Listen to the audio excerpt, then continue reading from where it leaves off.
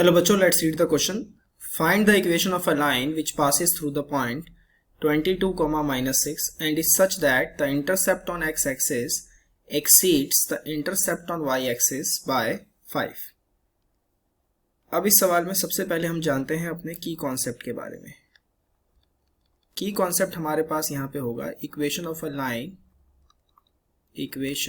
Line in intercept form. Intercept form में हम equation of line के बारे में जानेंगे. तो इंटरसेप्ट फॉर्म क्या होती है equation of line? x by A plus Y by B equal to 1, जहां पर a क्या है? a x इंटरसेप्ट है और जो b है वो क्या है? b y इंटरसेप्ट है. ठीक, ये चीज का आपको ध्यान रखना है. अब सवाल पे आते हैं. तो सवाल में हमारा जो ये लाइन है 22, -6 से पास कर रहा है और इसमें जो x इंटरसेप्ट है वो y इंटरसेप्ट से 5 बड़ा है. x इंटरसेप्ट हमने क्या माना है? a को, और ये y इंटरसेप्ट यानी b से कितना ज्यादा है? 5 ज्यादा है. तो a is equal to b plus 5. अब इक्वेशन ऑफ लाइन अगर हम देखें तो इक्वेशन ऑफ लाइन हमारे पास क्या हो जाएगी? x by a plus Y by B equal to 1.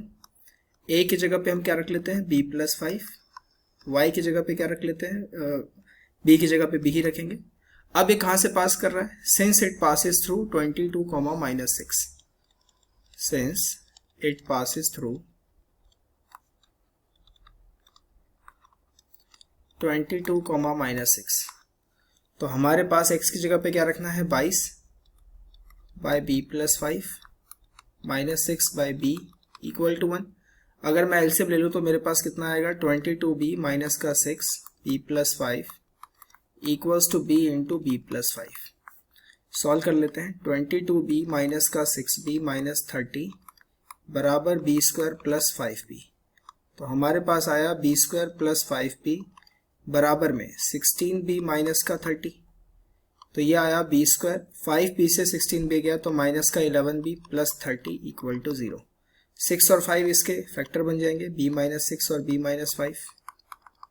तो b की हमारे पास दो वैल्यूज आ गई, 5 और 6. अब a क्या था हमारे पास? a था b प्लस 5. तो जब मैं b को 5 रखूंगा तो a की वैल्यू आएगी 10. 6 रखने पे कितनी आएगी? 11. तो हमारे पास दो आंसर आएंगे. ठीक है, तो लाइन की इक्वेशन हमारे पास दो आएंगी. इक्वेशन ऑफ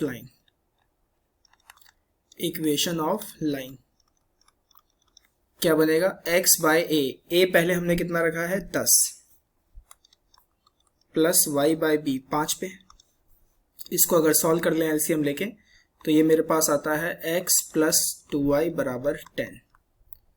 ठीक, वहीं पर दूसरी हमारे पास x बाय a कितना रखना है? a को 11 प्लस y बाय 6. एलसीएम अगर हम लेंगे तो 6x plus 11y equals to 66. Right, तो ये दो हमारे पास लाइन की इक्वेशन यहां से बन गई और यही हमारा आंसर है. I hope you understand the answer very well. Best of